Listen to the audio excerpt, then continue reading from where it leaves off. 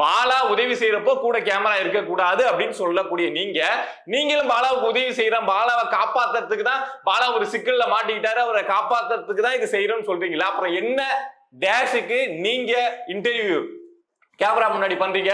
தனியா உட்காந்து பேசி தனியாவே இன்டர்வியூ பண்ணிக்க வேண்டியதானே? இல்ல பாலாவை கூப்பிட்டு நேரடியா அவ்வளவு அக்கறை இருக்கு அப்படின்னா பாலா மேல நேரடியா கூப்பிட்டு இத மாதிரி பாலா உனக்கு பின்னாடி ஒரு சிக்கல் இருக்கு, சோ இத மாதிரி ஒரு உன்னை வச்சு ஒரு வளையம் அப்படிங்கறத போட்டுட்டு இருக்காங்க, இதுல இருந்து நீ உன்னை காப்பாத்திக்க அப்படின்னு நேரடியால நீங்க உதவி பண்ணணும்னா அந்த ஹெல்ப் அப்படிங்கறத பண்ணிருக்கணும். ஏன் பாலாவை மட்டும்தான் வெளிநாட்டுல இருந்து ஒரு நபர் இயக்க முடியுமா? இந்த உமாபதிய இங்க இருக்கக்கூடிய நபர்கள் வந்து பாலாவை பிடிக்காத நபர்கள் வந்து சில்லறைக்காக, இங்க இருக்கக்கூடிய நபர்கள் வந்து அந்த சேனலை வந்து ஒரு சில்லறைக்காக இயக்க மாட்டாங்களா அப்படிங்கிற கேள்வி இருக்குல்ல, அதெல்லாம் நம்ம யோசிச்சு பார்க்கணும்ல. அதுதானே நம்ம பொது புத்தி. இத மாதிரி சொல்றாங்க, இத மாதிரி ஆதாரப்பூர்வமா சொல்றாங்க, இதுக்கு என்ன பதில் அப்படிங்கறத பாலா தரப்புகிட்ட இருந்து கேட்டு வாங்குறதுக்கு அந்த முயற்சி அப்படிங்கறத பண்ணிக்கிட்டு தான் இருக்கோம்.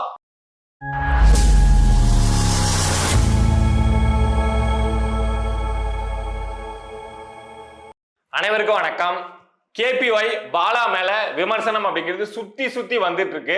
விமர்சனம் அப்படிங்கிறத தாண்டி பாலா வந்து ஒரு சர்வதேச கைக்கூலி அப்படிங்கிற அளவுக்கு எல்லாருமே பேசிட்டு இருக்காங்க. சொல்ல போனா என்ன சொல்றாங்க அப்படின்னா, பாலா வாழ்ந்த இந்த வாழ்க்கை இருக்குல்ல, இந்த வாழ்க்கையே பொய்யான வாழ்க்கை. அவர் வாங்கின புகழ், அவர் பெற்ற பேரு, அவருடைய வளர்ச்சி, சொல்ல போனா அவருடைய அந்த திறமை இருக்குல்ல, அந்த திறமையே பொய் தான் அப்படிங்கிற அளவுக்கு இந்த ஒட்டுமொத்த பாலாவுடைய வாழ்க்கையே பொய் அப்படிங்கிற அளவுக்கு பேசிட்டு இருக்காங்க.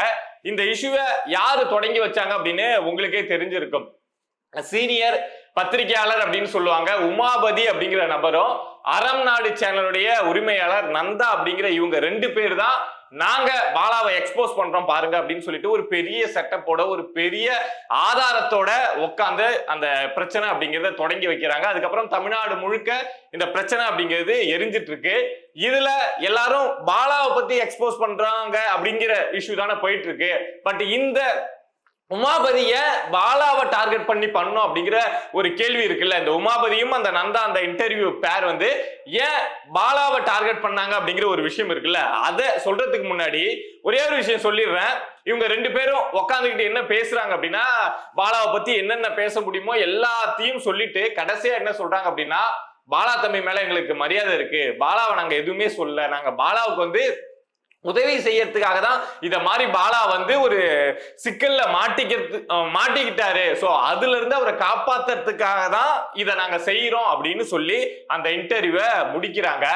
அதுக்கு முன்னாடி வரைக்கும் அந்த இன்டர்வியூல அவங்க என்ன பேசினாங்க அப்படின்னா, பாலா உதவி செய்யறாரு அப்படின்னா அவர் என்னத்துக்கு கேமரா வச்சுட்டு செய்யணும், அவர் உதவி செய்யறப்போ அங்க எப்படி கேமரா வந்தது அப்படின்லாம் அந்த இன்டர்வியூ ஃபுல்லா கேள்வி கேட்டுட்டு கடைசியா இவங்களே என்ன பேசுறாங்க அப்படின்னா, பாலாவுக்கு உதவி செய்யறதுக்காக தான் நாங்க வந்து இந்த விஷயத்தையே எடுத்து பேசுறோம், இதை பாலாவுக்கு தெரியப்படுத்துறோம் அப்படின்னு சொல்றாங்க. நீங்க உதவி செய்றீங்க அப்படின்னா நீங்க மட்டும் என்னத்துக்கு 2 பேர் கேமரா முன்னாடி உட்காந்து பேசுறீங்க?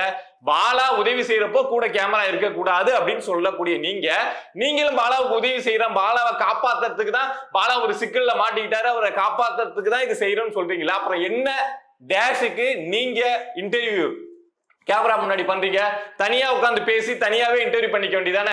இல்ல பாலாவை கூப்பிட்டு நேரடியா அவ்வளவு அக்கறை இருக்கு அப்படின்னா பாலா மேல நேரடியா கூப்பிட்டு இத மாதிரி பாலா உனக்கு பின்னாடி ஒரு சிக்கல் இருக்கு, சோ இத மாதிரி ஒரு உன்னை வச்சு ஒரு வளையம் அப்படிங்கறத போட்டுட்டு இருக்காங்க, இதுல இருந்து நீ உன்னை காப்பாத்திக்க அப்படின்னு நேரடியால நீங்க உதவி பண்ணணும்னா அந்த ஹெல்ப் அப்படிங்கறத பண்ணிருக்கணும்.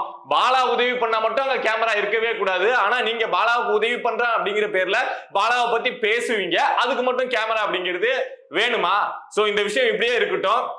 இப்போ ஏன் பாலா வந்து டார்கெட் பண்ணப்படுறாரு? யாரு இந்த உமாபதியை யாரு இயக்குறாங்க? உமாபதி சொல்றாருல பாலாவை யாரோ இயக்குறாங்க அப்படின்னு, இந்த உமாபதியை யாரு இயக்குறாங்க அப்படிங்கிற விஷயத்த நம்ம இந்த வீடியோல பார்ப்போம். அதுக்கு முன்னாடி இந்த உமாபதி யாரு அப்படிங்கிறத உங்ககிட்ட சொல்லிடுறாங்க. இவர் யாரு அப்படின்னா, தந்தி டிவி, நிறைய டிவில வேலை பார்த்திருக்காரு, கடைசியா ஒரு தந்தி டிவில வேலை பார்த்துட்டு இருந்தாரு.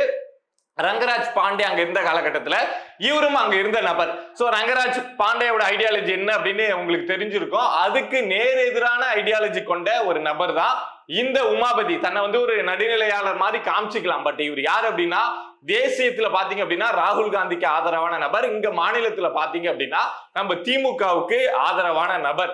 அங்க தந்தி டிவில ரங்கராஜ் பாண்டே வேலை பார்க்க கூடாது அப்படின்னு நிறைய வேலைகள் பார்த்த அவரு வேலை பார்க்க கூடாதுன்னு இவரு நிறைய வேலை பார்த்தாரு, அவரை வெளியில அனுப்பணும் அப்படின்னு அத மாதிரி ஒரு நபர் தான் இவர். எப்படி இந்த யூடியூபுக்குள்ள வராரு அப்படின்னா, யூடியூப் வந்து பூமாயி இந்த கொரோனா காலகட்டத்துல எல்லாம் இவர் வரல, இவர் ஃபேஸ் வந்து யாருக்குமே தெரியாது. பட் ஜீவா டுடே அப்படின்னு ஒரு சேனல் இருக்குல்ல, சோ அது என்ன சேனல் அப்படின்னு உங்களுக்கு தெரிஞ்சிருக்கும். திராவிடத்தை தூக்கி பிடிக்கக்கூடிய, குறிப்பா திமுகவுக்கு சொம்படிக்கக்கூடிய ஒரு சேனல் தான்.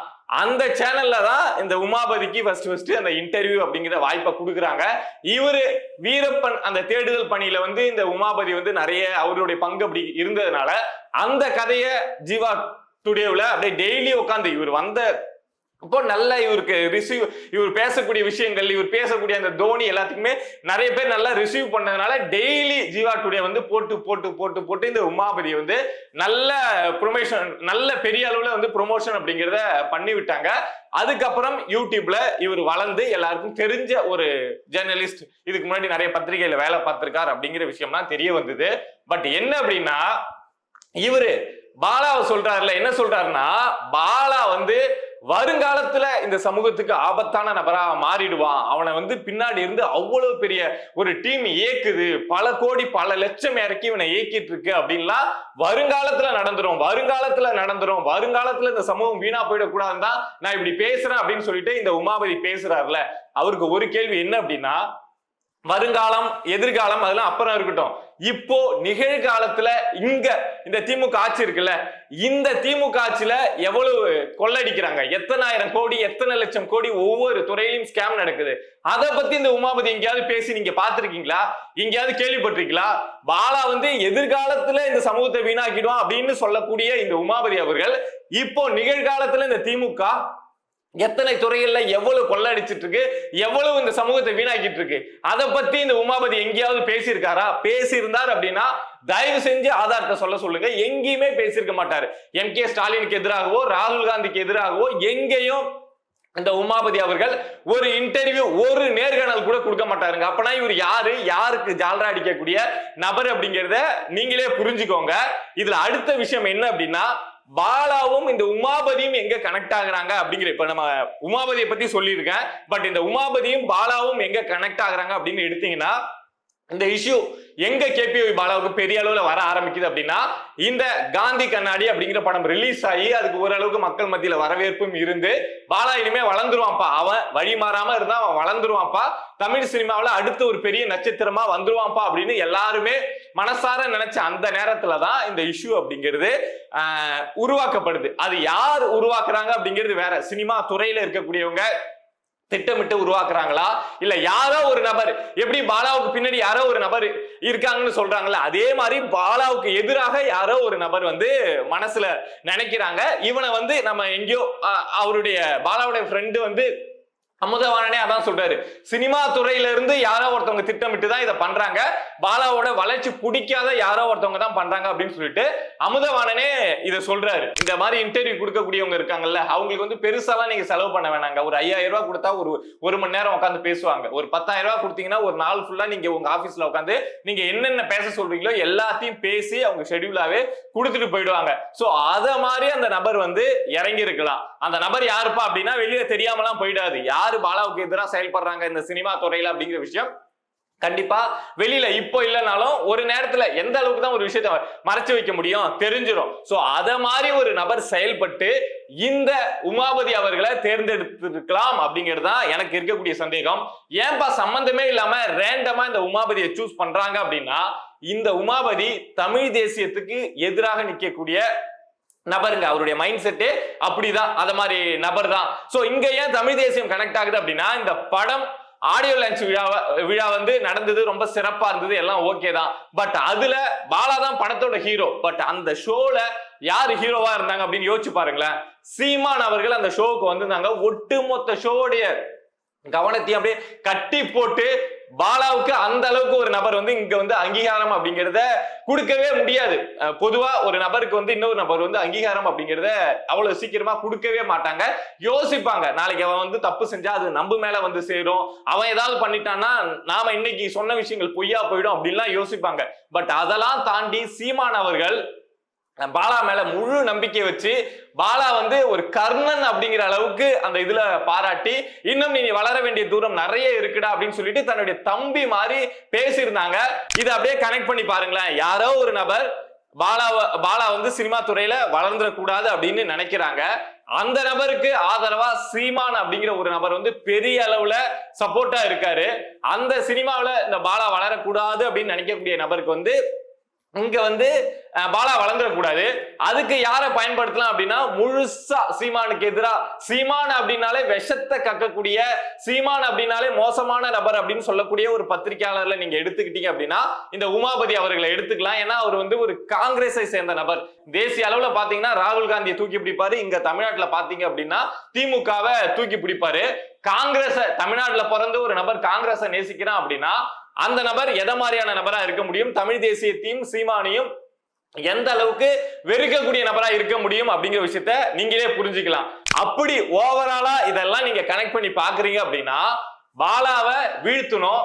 அது அவனை பாலாவை சினிமா துறையிலையும் அவன் அப்படின்னு சொல்றேன்னு தப்பா நினைச்சுக்காதீங்க. அவங்க நினைக்கக்கூடிய எண்ணங்களை சொல்றேன். நான் பாலாவை மரியாதையோட தான் பாக்குறேன்.